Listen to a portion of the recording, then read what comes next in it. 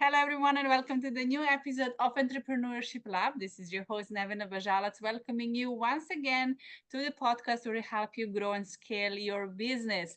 Today, we have a special guest coming to us all the way from New York, and her name is Elizabeth Eiss. And Elizabeth is expert and entrepreneur, and we're going to have an interesting topic on recruiting and artificial intelligence and how AI is changing the recruiting field. Elizabeth is a founder and CEO of Results Resourcing. She's passionate about finding talent, and she created this amazing platform. She's going to tell us a little bit more about it. And they're helping companies grow and scale and optimize by helping them find the talent. So, Elizabeth, welcome to the show, and thank you for being here today. Oh, thank you so much. I'm honored to be here. And I love the whole focus of what you're doing to help small businesses do more. Thank you. So tell us a little bit more your passion for recruiting. It's a very interesting topic we're going to cover today. So your passion for recruiting, where did this come from? Are you long time in the field, I'm assuming? And then how you open your company and why? What led you to become an entrepreneur yourself? Oh, well, great place to start. And the interesting thing is I actually do not have a recruiting background. I was in Fortune 500 companies and I ran a lot of businesses. So essentially I wore all the hats in running the different businesses. And about 20 years ago, I was tempted and took the temptation to join my first startup. And so I left corporate America and I joined the startup world, and I've been an entrepreneur ever since, and helping a lot of other entrepreneurs. And so my background of running businesses gave me perspective on what other businesses need to grow and scale. And so the core tenet of that is talent. And the talent with the new ideas, and then the talent to execute those ideas. And so in a sense, I've always been in the world of talent, and now I'm just kind of focused on recruiting talent in different ways. And what really got me to what I do today is that once I became an entrepreneur, I started to hire freelancers, because most entrepreneurs really can't afford or should think twice about hiring employees because their business is at an early stage of formation. And so making commitments to employees is expensive, and there's a lot involved, wherever you are in the Yes. world. And so I was a big proponent of finding flexible, skilled talent that I didn't have to train, that were already knowledgeable and could bring value to the table right away, and do it in a flexible way. So I got very focused on how do I hire freelancers, and was a big consumer of the big platforms out there. And in short, what I discovered and what caused me to build and launch Results Resourcing was that for most services, you're talking to technology if you're a solopreneur or a small business. No human is helping you. And recruiting and staffing agencies, for the most part today, are not really helping you to find contract talent. They help you with part-timers or employees or temporary, but not really contractors. And so my idea really was to be a hybrid, to be a staffing agency that led with human interaction. We start with basically a free consult to help the entrepreneur understand what their needs are and kind of reverse engineer the result they want to better scope the business requirements and the talent that they need.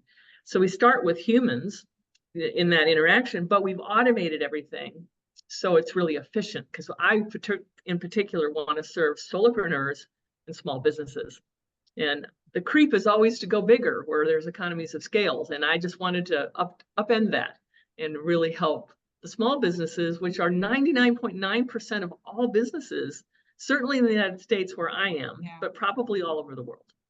Yes, and I definitely, I mean, as a consultant with so many companies, the hardest part is people and recruiting and finding the right people and right team and creating that culture that you want. And like you said, people who's going to execute, bring new ideas and then execute those ideas.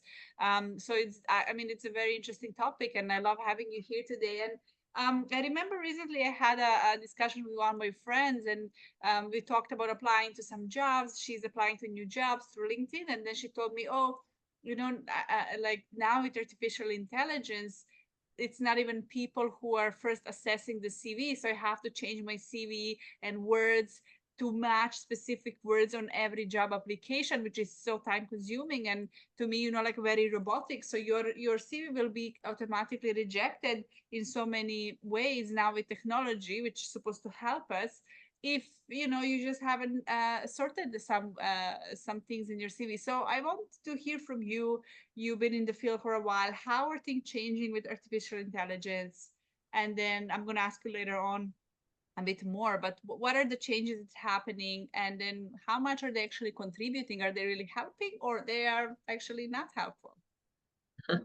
Well, you know, I think it's a really timely question. And at the same time, it's an age-old question, because a lot of, I mean, I understand the role of technologies to make things efficient and look for keywords and read CVs and save human time, which is expensive, from doing that work. But, you know, the downside, as you correctly pointed out, is that people get lost in the shuffle. And if they're not good at, you know, orchestrating a CV that, you know, checks all the right boxes, they might not get discovered. So great talent doesn't get discovered because of all these systems. And AI, in a sense, is, I guess the jury's out. Maybe it'll make it better, maybe it'll make it worse. It ultimately will probably be more sensitive than applicant tracking systems that scan resumes for keywords. It, you know, I think it can be more intelligent in terms of sorting through you know, applications and technology, and perhaps with more sensitivity than, you know, the more limited programming that was available before. I mean, so I'm hopeful that it actually will help that problem, and people would be able to construct searches more creatively, you know, as opposed to do keywords for a particular talent show up in somebody's CV. So I'm actually hopeful that in the long run, you know, it will help, and will help people figure out ways to, dare I say, market themselves in a way that people will find them for different skills. So I'm optimistic. But at the end of the day, you are still talking to technology. And in my mind, the goal is to get to a human where you can, you know, talk about the value you can bring to the table. Yeah. And I mean, how can we put our personality in the CV? Because sometimes even, you know, you, for example, in your company or me in mine, you can meet someone and you're just like, this person has so much potential and capability, but they don't have the specific skill that needed on the CV, but you can tell that they can be, you know, great for certain things. And especially in more creative roles like marketing and, you know, customer service and PR, it's very hard to assess that just based on the CV, and like you said, the values, and are your values matching with the company. So I think that kind of like an old school education and skills that we can put on the CV, I just think it's simply not enough. I don't know if you will agree with me, and what is your point of view there? I do agree with you totally. I mean, you have to find a way to lift yourself off the digital paper. And I do think there's more tools now if the company takes time to look at them, whether it's getting recommendations on LinkedIn or your website or Google reviews if you're a business. You know, sometimes people are hanging out a shingle as a graphic designer, for example, and they could be a freelance hire, not a full-time hire. And so I think the more you're advertising the value you bring to the table in the eyes of your clients or prior employers, I think that helps. And then I think the same with video. You know, video and social media is good or bad, depending on kind of the track record that you've been posting. And unfortunately, we all grow wiser as we get older, but you know, these days, things that we did when our younger years still are with us. So, but I do think that creating content that is about the value you delivered, you know, can be a good thing.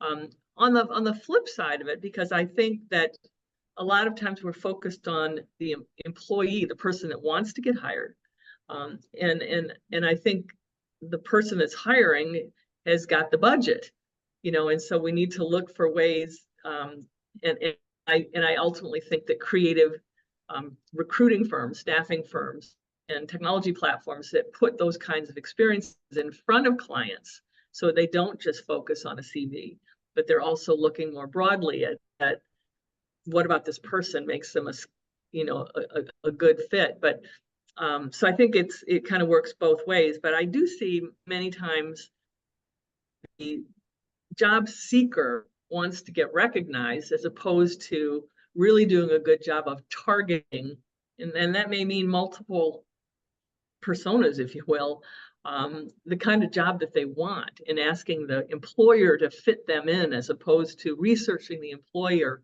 and finding creative ways to make themselves known. And there's so many ways to access companies these days.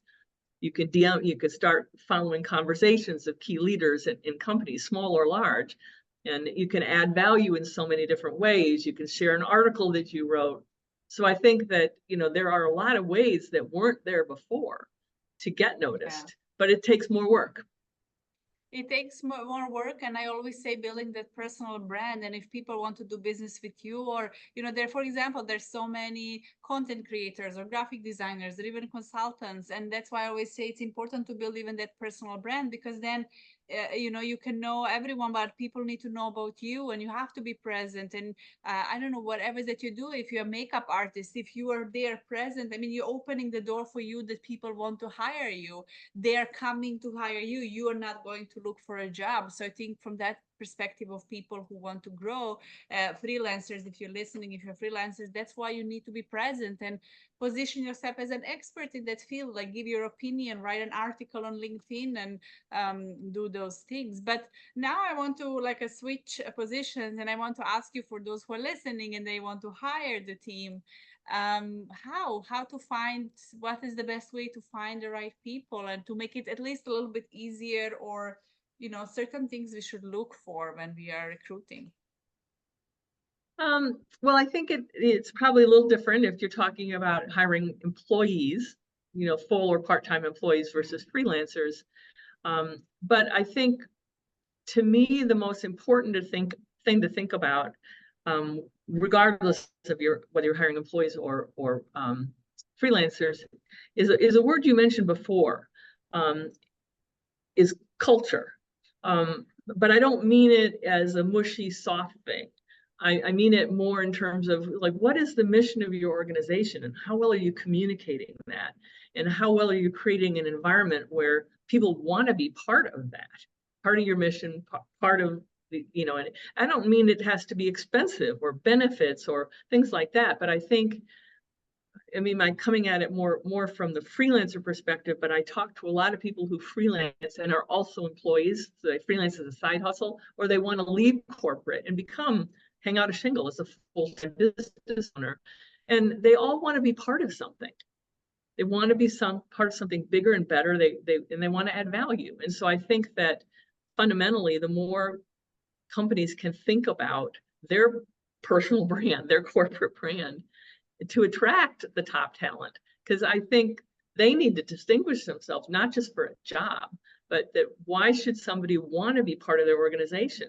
There's a lot of talk about how people do quiet quitting, or they leave because they want to have multiple experiences. And I think the more you can create a culture of advancement and involvement, and that people see themselves in your organization and see a way for them to do a variety of things and grow in whatever their objectives are, I think that can be a really good thing. And that also, it goes to the heart of really successful relationship with freelancers, because freelancers don't want to go find another client. They want to work in a steady way with a client that respects them and they respect. And so I think that turnover happens because there's not enough time spent on building that environment that is purposeful and benefits both sides, but ultimately leads to longer term value and people that stick around, whether they're employees, or they're freelancers. So there's just so much conversation about how the average time of employment is 2 years and stuff like that. And that may be true, but I really look at what are the factors that drive that. I'm not sure it's because the person wants to move every 2 years, but they want better growing experiences, within an organization. Yes, exactly. And it's organization responsibility to create that. And what would you say are some mistakes when recruiting that you see you worked with a lot of companies? We mentioned some, but let's put them maybe in like a couple of mistakes that people who are listening and who are looking to recruit, like avoid these things or don't do these things when you're recruiting? What is something that from your experience? I think my experience is really focused these days on solopreneurs and small businesses. In the United States, there are 33 million, 27 million solopreneurs, which are non-employee firms, and about another 6 that have less than 15 employees. So my perspective really comes from that client as opposed to the big enterprises, because that's another animal altogether. That's where I came from, but it's not really where I've spent the last couple of decades focusing. But I think the biggest temptation or the biggest mistake is that they don't understand the value of their time. And in a digital world, especially now with AI, there are so many things people think they can do themselves. And technically you can, but is it a good use of your time? And are you really good at it, even if you can kind of do it? And I think social posting or SEO, for example, are good examples of that. Those are really technical things to get the attraction of the browsers and get rankings and have content. You can publish a lot of content, but it may be that nobody that you want to attract ever sees it. And so I think people think they're accomplishing things because they technically can publish something, for example. And so I think that understanding when to hire expertise and when someone should be focusing on their core mission, their core purpose, the value they deliver to the market.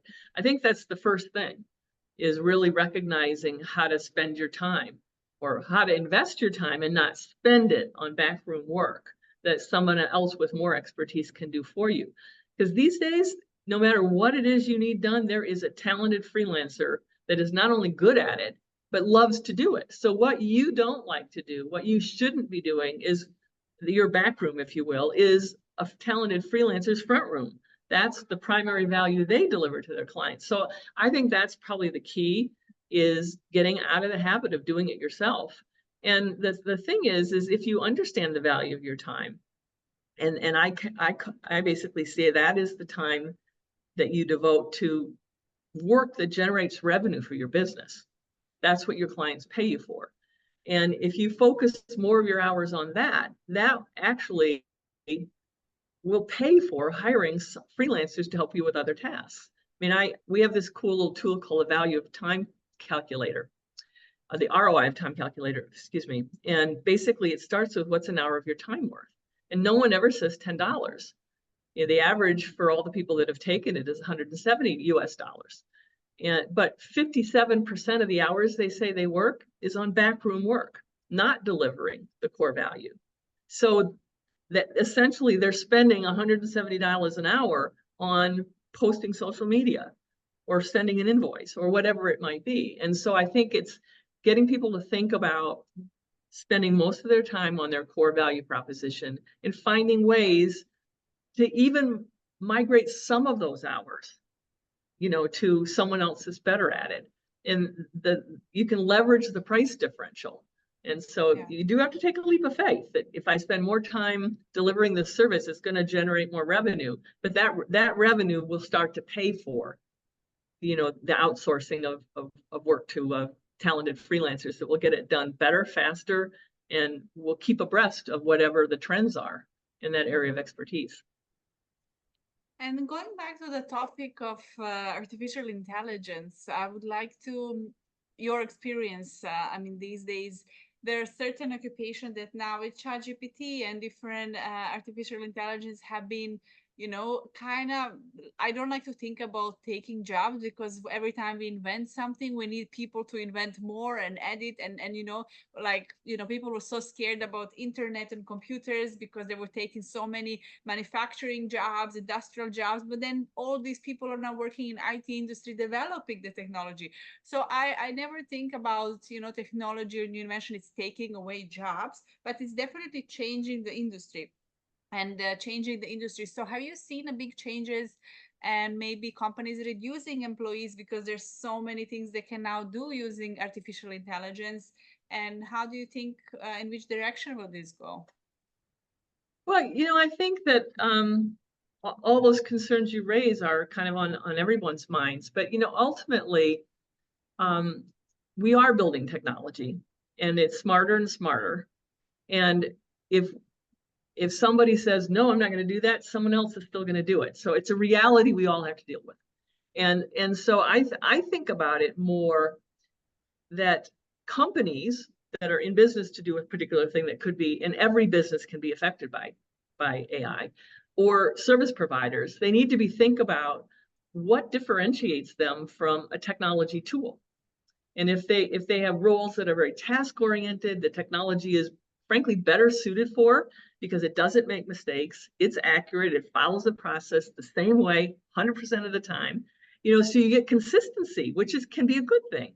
But to me, the frontier is always moving between what technical workflow kind of tools versus AI enabled tools can do. And to me, that frontier is where the human needs to step in, because the human needs to figure out how to ask AI the right questions, how to check it to make sure it's accurate, to make sure the data field that they're using to source the answers is current, to add humanity, to add the human voice into something that AI writes. And so I think it's just going to be a moving frontier, and the people that stay abreast of it and learn how to use it, are probably going to be better for it, because in seconds you can ask AI a question and it's going to search billions of data out there that a human could simply not do in that time frame. So I'm kind of like, all right, how can I better use it to make my work product as a human being more valuable? Yeah.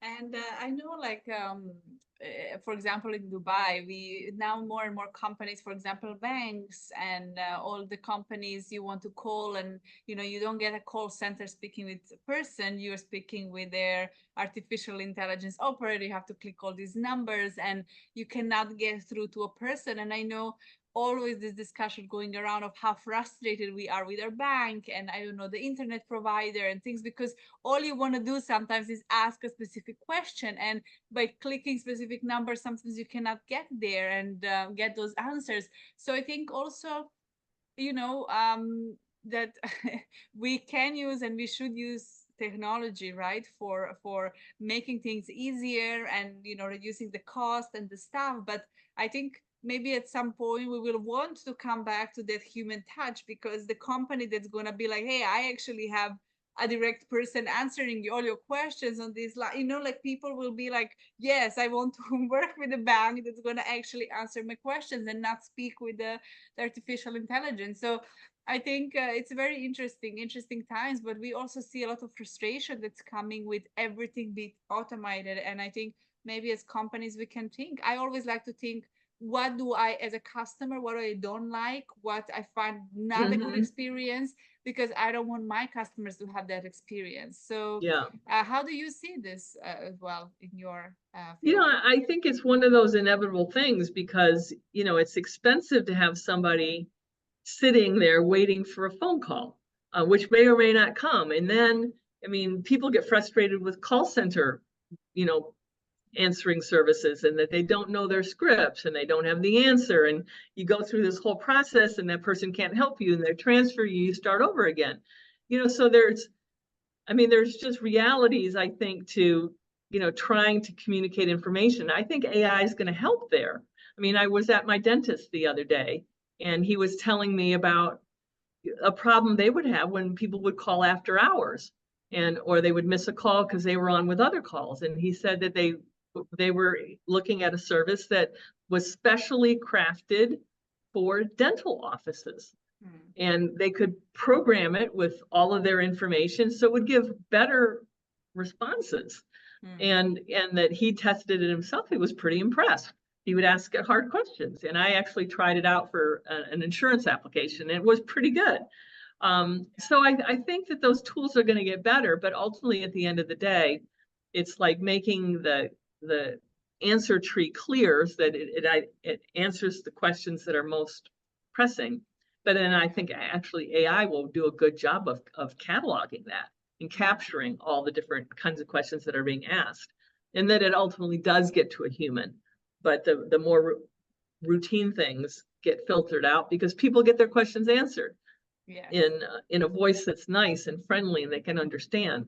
Because, you know, also I know people get frustrated with getting paired with people from other countries that don't speak their language in an accent they understand, and that could be English somewhere else, you know. So that's always challenging for people too. Yeah. Yeah. Well, I mean, this is such a fun conversation. I would like to wrap it up, this interview, with maybe some final advice for everyone who are listening, for entrepreneurs who wants to hire. What is your final advice to everyone listening? Yeah, and some of your more wisdom and experience.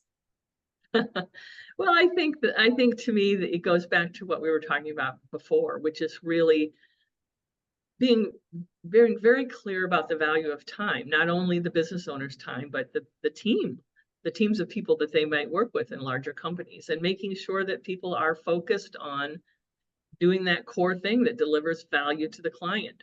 Because that's, you know, in my mind, keeps you current with what clients are expecting, as opposed to just, oh, that client's on the books, now I don't have to worry about them anymore. I mean, I think keeping that active touch with the client is really, really important, because the environment, everyone's environment is changing, and you don't know who your clients are talking to and hearing from that are offering other ideas. So I think that the more time businesses spend listening and working with customers, the better, and thinking about ways to outsource.